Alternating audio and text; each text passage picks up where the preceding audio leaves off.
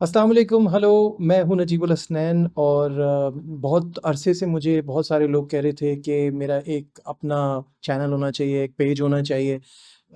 तो here you go. This is Najibul Hasnain honestly speaking. और ये मेरी पहली वीडियो है, तो लाइक कीजिए, सब्सक्राइब कीजिए, फॉलो कीजिए ताकि मैं इस तरह की वीडियोस बनाता रहूँ। फर्स्ट वीडियो के लिए ऑब्वियसली बहुत सारे आइडियाज़ जहन में आ रहे थे, लेकिन मैंने सोचा कि सबसे पहले हम बात करते हैं जो करंट सिचुएशन चल रही है पाकिस्तान क्रिकेट की, उसके हवाले से। मोहसिन नकवी साहब ऑलरेडी श्रीलंका में हैं, वहाँ इजलास है, वो तो हम सबको पता है। जब एक वर्ल्ड कप का डिज़ास्टर हुआ 2024 में, जो हमारे वर्ल्ड कप में हमारी कारकर्दगी थी, उसके बाद जब मोहसिन नकवी साहब ने वर्ड यूज़ किया सर्जरी का, तो हमको लगा कि ये वाकई सीरियस हैं।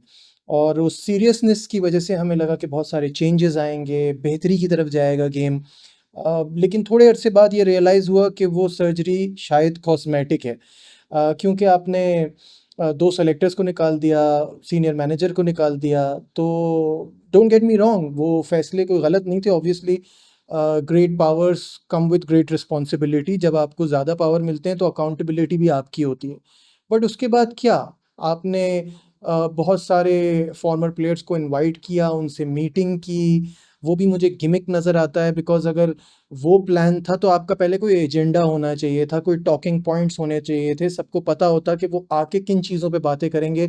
इनफैक्ट जब वो वहाँ पहुँचे तो उनको पता ही नहीं था, आपने उनसे मशवरे मांगे और डोमेस्टिक की उनको एक प्रेजेंटेशन दिखाई जो आपने बनाई थी और उस पर राय मांगी। तो ये तो हर चेयरमैन करता है, ये पहले रमीज़ राजा ने भी किया था, इससे पहले भी बाकी चेयरमैनों ने बुला के आपसे मशवरे लेने होते हैं।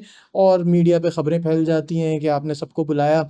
ऑब्वियसली इसमें कुछ इंपॉर्टेंट बातें भी हुई, जैसे कि पेंटेंगुलर कप बाद में होना चाहिए, अंडर 23 की टीम होनी चाहिए, और डोमेस्टिक में आपका जो है वो इंटरेस्ट ज़्यादा होना चाहिए। प्लेयर्स जो पाकिस्तानी प्लेयर्स हैं उनको डोमेस्टिक क्रिकेट पे फोकस करना चाहिए, खेलना चाहिए। ये सब ठीक है, लेकिन इस तमाम सिचुएशन में वर्ल्ड कप की जो हमारी बुरी कारकर्दगी है वो कहाँ गई, उस पर क्या बात हुई?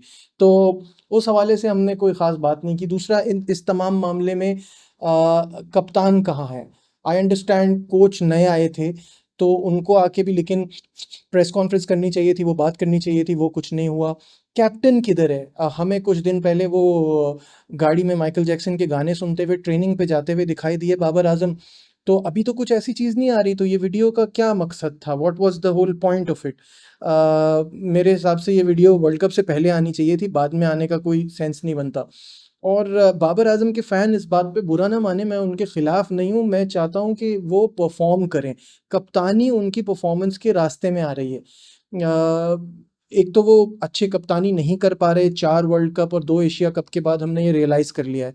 साथ-साथ पिछले 1-2 साल से उनकी परफ़ॉर्मेंस पर भी असर पड़ रहा है, क्योंकि उनका ध्यान इस चीज़ पे है ना, तो वो अगर वो हटेगा तभी वो परफ़ॉर्म कर पाएँगे। तो आई थिंक ये एक फ़ैसला बहुत ज़रूरी है जो पाकिस्तान क्रिकेट को लेना है, और इस पे सवाल ये बनता है कि अगला कप्तान कौन होगा? I understand it's a very difficult decision, but somebody जो कि ग्रुपिंग वगैरह में इन्वॉल्व ना हो, जिसके साथ कोई बैगेज ना आए। That could be Shan Masood, एक ऑप्शन है। उस पे काम हो सकता है, आगे आपको देखना पड़ेगा। एक और इम्पॉर्टेंट बात कि शाहीन शाह अफरीदी के हवाले से, कि उनका एटीट्यूड अच्छा नहीं है और एटीट्यूड के उस पे किसी को बर्दाश्त नहीं किया जाएगा। लेकिन मेरा पॉइंट ये है कि ये तो एक बहुत मामूली सा मामला है। आपकी मैनेजमेंट वहाँ क्या कर रही थी? आपने क्यों उनको खेलने दिया? अगर उनके एटीट्यूड का प्रॉब्लम था, आप बिठा देते। अब ये बातों के पीछे आप छुपने का तो नहीं सोच सकता ना कोई। अगर शाहीन का एटीट्यूड का मसला था, वो तो पहले भी था।